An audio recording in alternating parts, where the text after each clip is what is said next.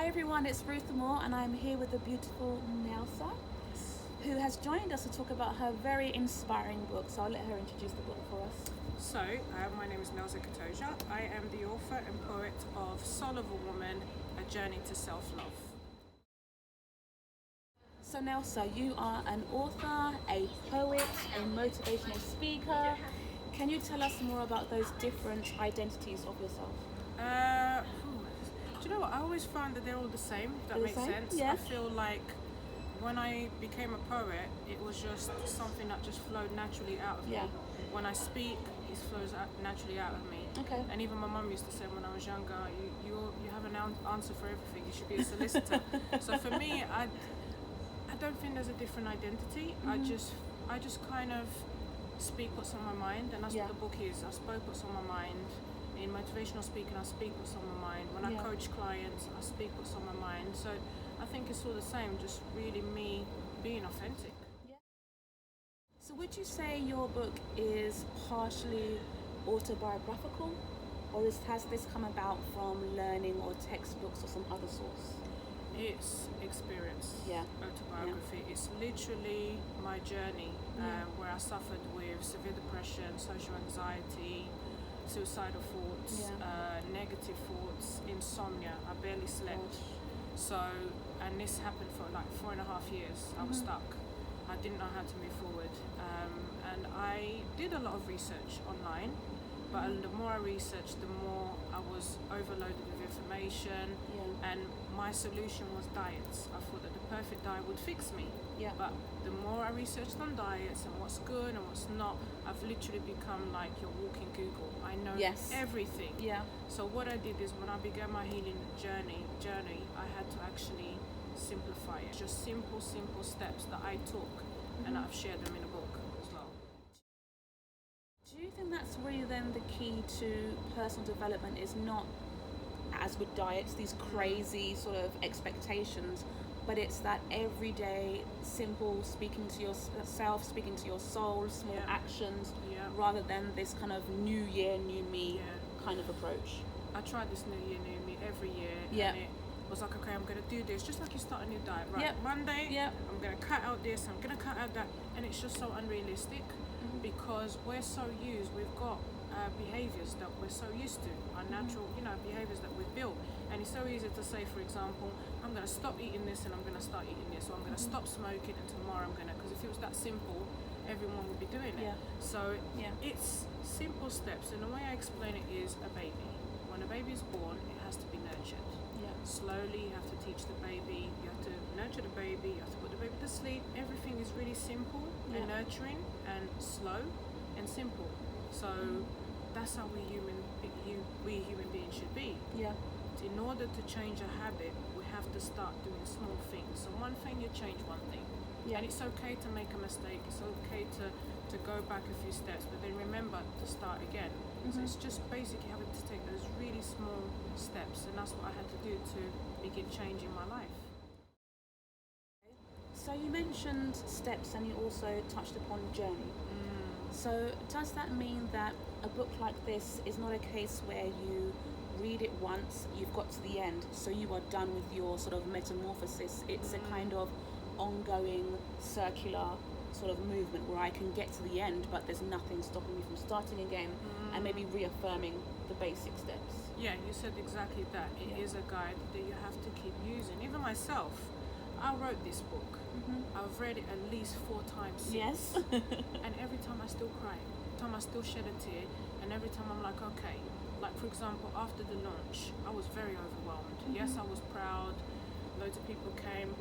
You're getting all the congratulations and well done. I was really overwhelmed and exhausted in the process. I actually felt like I was back where I was 2 years ago, where I needed to heal again. So I started reading my book again. But now I've got a guide that's going to guide me towards it. That's why I've called it A Journey to Self-Love. Because you get to it, you don't always remain in it. You have to keep reminding yourself of the self-care, or being kind to yourself. So this book kind of just reminds you and says, look, get back on track, start again, go back a few steps if you have to, read it to the end because it's got amazing poems in it, if I must say so myself.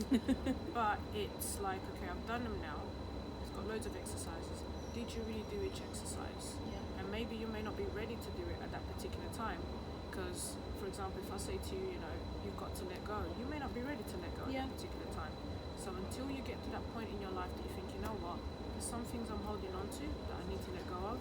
Yeah. Let me go back to the book. Let me read that part that says let it go. What do I do now?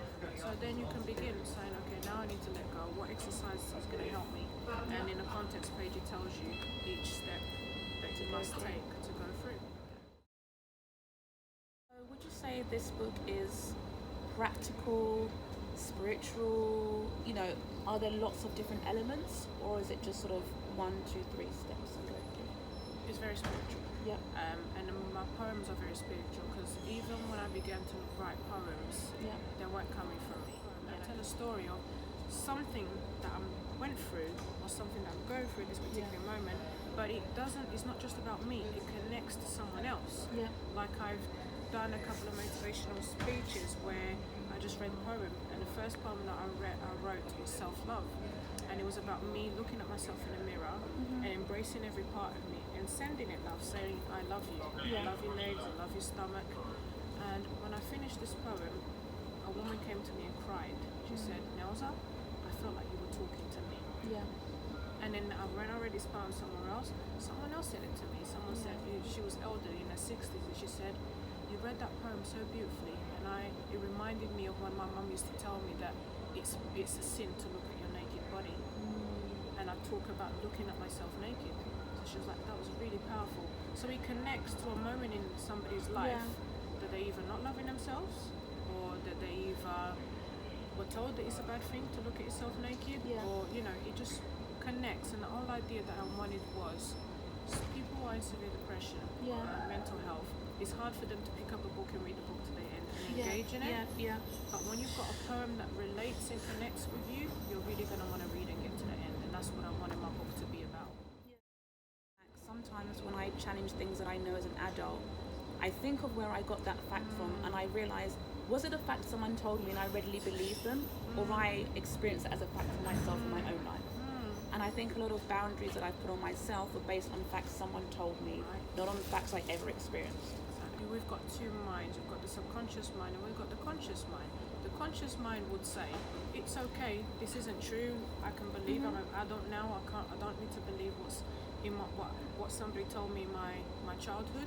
But no matter how much you try and move forward, subconsciously, which is the part we can't always tap into, we'll do the opposite. We'll believe what you've been conditioned to believe, and that's the thing. So one poem that I write in there, it talks about how we first become fearful. We only first become fearful when our parents tell us about fear. When you notice a child will jump, they'll hurt themselves, they'll go back and they'll jump again, they'll hurt themselves.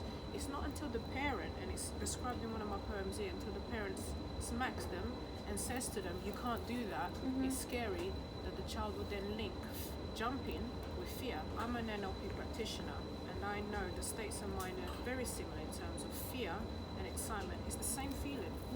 It's the way you look at it. Sometimes it's fine to be afraid or a little bit nervous, but it's about knowing the end goal is great.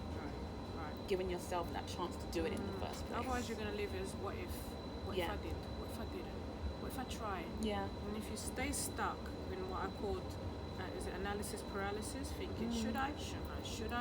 What if that? You're just never going to move.